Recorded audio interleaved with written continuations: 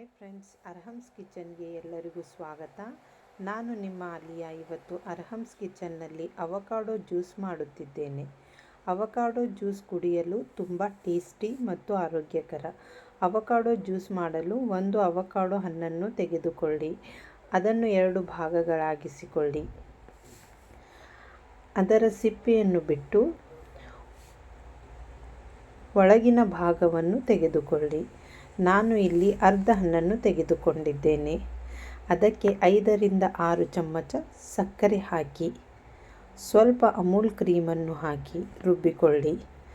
Amul cream ಇಲ್ಲದಿದ್ದರೆ ನೀವು skip ಮಾಡಬಹುದು. ಫೈನ್ ಪೇಸ್ಟ್ ಆದ ಮೇಲೆ ಅದಕ್ಕೆ ಅರ್ಧ ಲೀಟರ್ ಹಸಿ ಹಾಲು ಹಾಕಿ ಚೆನ್ನಾಗಿ ರುಬ್ಬಿಕೊಳ್ಳಿ. ಈಗ ನಿಮ್ಮ ಅವಕಾಡೋ ಜ್ಯೂಸ್ ಸರ್ವ್ ಮಾಡಲು ಸಿದ್ಧವಾಗಿದೆ. Enjoy friends. ಬಾಯ್ ಬಾಯ್.